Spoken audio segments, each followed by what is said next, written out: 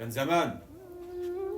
زمان الأدب بيقدموها على العلم، فكانت الناس بتكبر متربية وشبعانة، واللي كان يتيتم كانت تكله في كل دار وبقيت حريم البلد عمة وخالة. كانوا اللي بيربوا متربيين، كان أغلب الناس طيبين وملهمش سوق وسط الفشخرة الكذابة. كانت الناس من بعد العشم تربسها بابها، ومن قبل أذان الفجر الرجالة في الجامعة. كانت البركة فايضة من جوا البيوت على عتابها، وثلاث ارباع حكاوي البلد عن الجن اللي بعد نص الليل سارح في الشارع.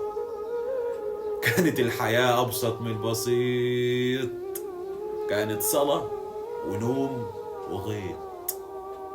ولا إذاعة القرآن الكريم كانت الصاحب اللي منه ما بتملش، شغالة مش فارق معاها الخلق صحية ولا نايمة، يدوب يصدق عم الشيخ وقبل ما ترمش تواشيح النقشبندي تاخدك وتطير بيك في حتة تانية. كان زمان العيون مليانة، وإن كان عيش ومش، والخجل والكسوف سمة الحريم الدايمة. كان دايما في حاجة اسمها عيب وما يصحش، وإن صوت الواد علي على أبوه تقولش القيامة قايمة. كان زمان الكرم واقف على كل البيبان بواب، والصينية دايما في وسط المصطبة محطوطة. كان حب الخير للغير بسبب أو بدون أسباب. كان في حالة من الأنس مفرطة بطريقة مش مفهومة. كانت السماحة مسيطرة على الجو العام، وعشور الأرض بيطلع قبل الإراد ما يروح. كان كل الناس بتبدأ كلامها بالسلام، ومستحيل ومن رابع المستحيل تلمح شاب في الشارع بسجارة ماشي بتطوح. كان زمان أجمل وأحلى وأنظف، مفيش كلام. الحب بيبتدي من باب الدار، والفراق من غير ما نجرح.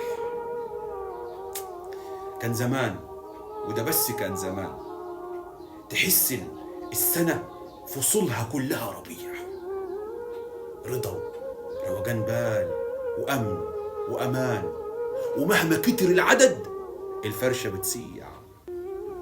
كان زمان، وده بس كان زمان، كان في هيبة ووقار للدين حتى العيال الكتاب. كان المنشاوي والبخاري وصلاح الدين حلم كل شاب. كان زمان، وده بس كان زمان، كان الكل بيعمل خاطر عشان عظم التربة. كان زمان، وده بس كان زمان، اللي كان بيموت بنقول حبيب وغاب. كان زمان مهما فين سافرت ما بتحسش بالغربة، كأن كل الناس أهل. أخدنا هي إحنا من الغرب،